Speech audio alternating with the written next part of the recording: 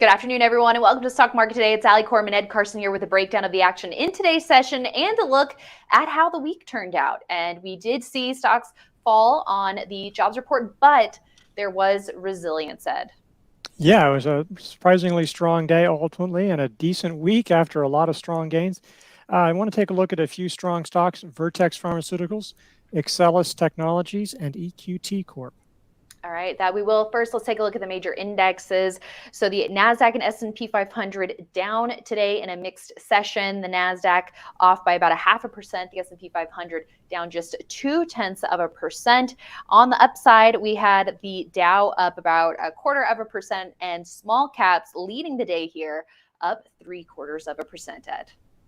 Yeah, so I mean, the jobs market candidate report was extremely hot. We saw Treasury yields soar, Fed rate hike odds rose. So a lot of what people thought was going to happen with the economy shifted over. Did not look like we were going to have a good day. Sold off pretty hard in the pre-market and then at the open. But and we bounced back. Then we fell back to lows. Like, oh boy, here we go. Yeah, an But undercut. yeah, undercut. It was not looking good there. But then things strengthened. And yeah, so we closed mixed, but that's really great. The Nasdaq and the Russell were up nicely for the week. I think the S&P ended up higher, and the Dow barely fell. And this comes with a lot of earnings. Oil prices plunged. Those yields getting more inverted. So the energy stocks, the financials, those were struggling. So it was pretty impressive performance overall. That it was. And we can also take a quick look at the indexes on a weekly chart here to show that strong weekly gain. So 3 weeks up here in a row for the Nasdaq. The last time it was able to do that, it was the end, or don't say it. No, not that. It was the end of the rally. Can we really change character here, Ed? I think that's the key test. Can we start actually breaking out of this downtrend that we've seen? Yeah, it's we've got that thing, and that's a good trend line there because the Nasdaq's gotten over its early June highs. The other indexes have not, but the Nasdaq is hitting now this resistance area. It's sort of like, in an NBA game, the team might be down 20, 25 points. They're going to make some kind of run, but you get down 15 points and then you start falling again. I mean, is it that what we're going to happen, or are we really going to make that comeback? And so, yeah, it's an interesting point here. Can we keep on going? A lot of uncertainty about the economy. There hasn't been a lot of volume in this rally. That's one issue. And I think a final thing for this, that there haven't been that many things to buy. I mean, over time, there are stocks, but at any given time, it's not like there's a lot of really obvious stocks. Right. And so that makes it tricky as well. So definitely encouraging signs. I mean, this is, this is nice action, but still have questions, concerns. You should always keep an open mind that that this could turn the other way as well. Yeah, and when you talk about the setups out there and the quality of them and the number of them and things like that, I mean, comparing things to 2020 where we just saw breakouts left and right and things were working is definitely not that type of environment right now. But we're trying to keep focused on the areas that we are seeing strength, and we'll take a look at some of that here. You mentioned, though, Ed, oil taking a hard hit. Here's USO down over 8% this week. Yeah, really amazing. I think crude futures, they fell 9.7%. Gasoline futures continue to fall. It's actually impressive how well some of these energy stocks have done in the face of crude oil basically going to 6-month lows. So that's definitely an issue there. That could be a positive on inflation. There's all sorts of things that says it is an issue for the energy stocks for sure. And so speaking of, here's a look at XLE. Does have pretty big weightings in Chevron and Exxon, down about 6.8% this week, this XLE ETF.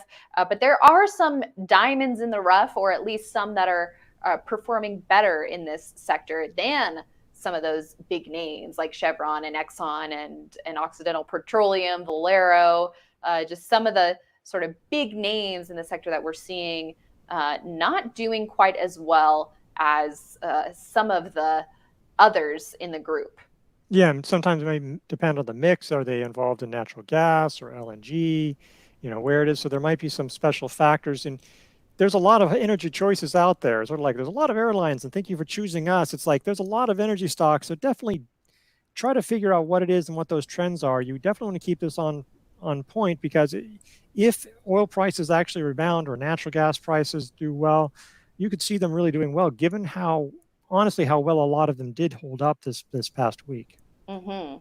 And a big week for biotech stocks. Here's a look at the IBB ETF, up 6% this week after going nice and tight for a couple of weeks. Same for XBI, which is a little bit of a different biotech ETF. So we're right here now, right at that 40-week line, Ed, going on over to a daily chart, bumping up very close to that 200-day line. But pretty compelling move this week in biotechs.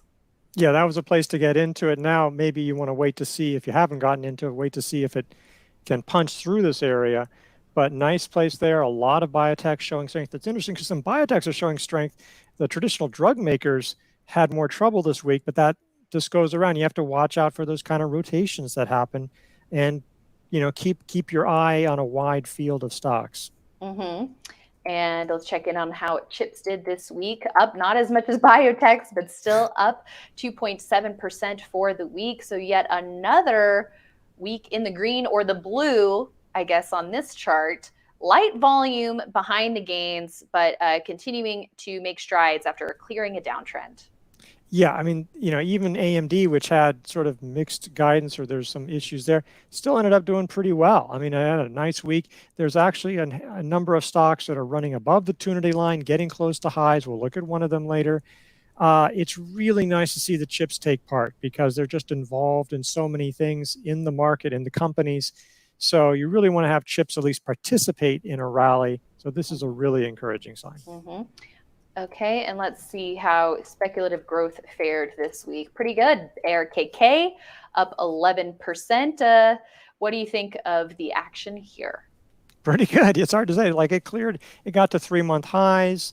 And this is actually, people who are bottom feeding, is like there's some stocks that really have sold off over the last few weeks. They run up and then they have big losses. Not saying that ARK can't have some big losses, but if you are doing that, this is one way to play it without trying to bet on one particular company. It is a strong sign, but as you can see, they're clearing these low things well below the 200-day line. We need to see them, a lot of the individual names, sort of run up and maybe then form real bases at this point, because a lot of them have run up a lot. Mm-hmm. Yes. So breaking a downtrend and coming off the bottom is one thing, but that's not all we look for. We want to see something that's going to improve our odds of success in a trade. So as you said, Ed, forming a base, getting above the 200-day line. We don't have to be right in there, right off the bottom. And especially since we aren't now right at the bottom, we're kind of in this no man's land a little bit, as you and some others have said, maybe not specifically about this, but I feel like that applies here. So now that we're, not coming off the bottom, now we do need to see a lot of these stocks start to prove themselves, so we can get that risk reward ratio in our favor. I think that's a great way to put it, because yes, there's big rewards that you could get out of a lot of these names, but there's definitely probably higher risks now in that ratio. Mm-hmm. Okay, well, let's take a look at some stocks of interest, including Vertex Pharmaceuticals, moving on earnings. A nice upside reversal here on the weekly chart, up 2.7% for the week. A strong move coming on Friday, up nearly 5%. Strong volume behind the move. Things were looking a little iffy on IBD Live, Ed. We had a strong move up in the first 10 minutes or so, gave a lot of that back. But then this stock really found its stride, and the IBD team took notice of it. Yeah, that was added to Swing Trader, I believe, and I think it was already on leaderboard. So this has been one, it had pulled back quite a bit, but then the volume was light on that move, and it was still technically in buy range. Today's move rebounding from the 50-day line, breaking that trend line, definitely offering an early entry following the strong earnings and the raised guidance. This is really strong leadership today. Mm-hmm. And let's look at EQT, because we got to look at an oil and gas stock here that showing a little bit of contrast, as we were saying, to the Chevrons and the Exxons and the Oxys of the world. EQT here up 2.6% on the day. For the week, it looks like it was down a little bit, but some nice support at a key level as it works on a handle. Finished off highs, was trying to clear a trend line, but it looks in an interesting position to be able to do so next week if it can start gaining a little bit more momentum. Yeah, I mean, I think if it could get above today's high, I mean, which is right around the 10-day line, right around a trend line, that could be an entry because it would still be close to the 50-day line. So, you want to try to get as early as possible on some of these things because, like a natural gas price, natural gas can fall 10% in a day. So you can see some really big swings in some of these stocks. Try to get in as early as possible, at least start a position. That'd be the way to go. And then you could possibly add on the traditional breakout, which wouldn't be too far from the 50-day line either. So this is a standout. Again, if energy prices continue to fall, you can be a standout and it's still going to come down. So, but nice resilience this week. Mm-hmm. One to watch here. Okay, and ACLS will be where we round things out. Earnings came in pretty strong, slight declines from the prior quarter, but very strong triple-digit bottom line growth, 50% revenue growth, strong pop on that report. And so a number of up weeks in a row here for the stock, Ed, up over 11% this week, strong volume. But where's the buy point? Yeah, I mean, technically there was probably like early entries you could have found, but that was before earnings. And yeah, this is our stock of the day. It was the third chip maker this week that was in the stock of the day category. That's something, which is nice. And they're all basically look the same. They're all coming up, racing up the bottom, but they don't really have a buy point now following earnings. Really, it'd be great to settle down because it's way above the 50-day line and the 200-day line to come down a little bit.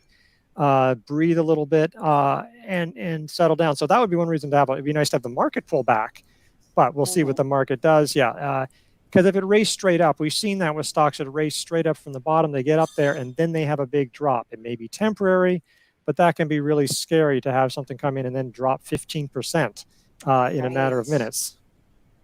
Exactly. So this is on watch for potential handle or short consolidation, couple of tight days or weeks, and hopefully those moving averages can catch up. But definitely notable to see the strength that we are seeing in semi stocks, and we'll have to see if it can continue.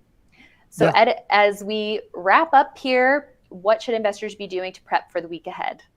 Look, this is what we've been saying. You should be playing this market, but just don't, go for all the marbles. Don't put all your chips in kind of thing, and don't do it quickly. Gradually add your exposure, whatever that level is. If things are working, you can keep doing that. There's still reasons to be cautious about the market. We're at resistance levels. There's a lot of economic uncertainty still. The rally has generally come on light volume. So again, those are just reasons to be cautious, but not reticent, but you still take part of it. Build up those watch lists. These were from different sectors, but there's a lot of interesting sectors that are showing some strength. We don't know what will be the real leaders. Hopefully the broader, the better.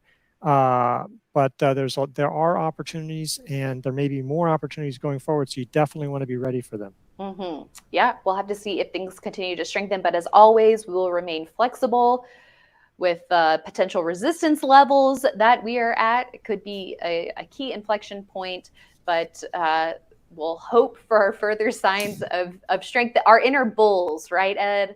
We're going to hope for the glass half full to see continued strength, but we have that awareness of all of those reasons to be cautious, as you've been great at reminding us, keeping us grounded here as we see how things progress. Thank you so much, Ed. And coming up at 5 p.m. Eastern, just want to let you know that over on my YouTube channel for Trader Tales with IBD this week, I'm going to be interviewing John Boyk. He's author and market historian who has covered in detail some of the greatest traders of all time and even of our time, like Mark Minervini, as well as Jim Ropel. So looking forward to getting his insights about what we can learn from the greatest traders of all time and how history can repeat itself. You just got to open up your eyes and take a look at what's around you. So interested to get his thoughts on that. So join us over on YouTube for that. We'll also post it to investors.com/videos later today. So we will see you there. Hope you have a great weekend, everyone, and we'll see you back here next week.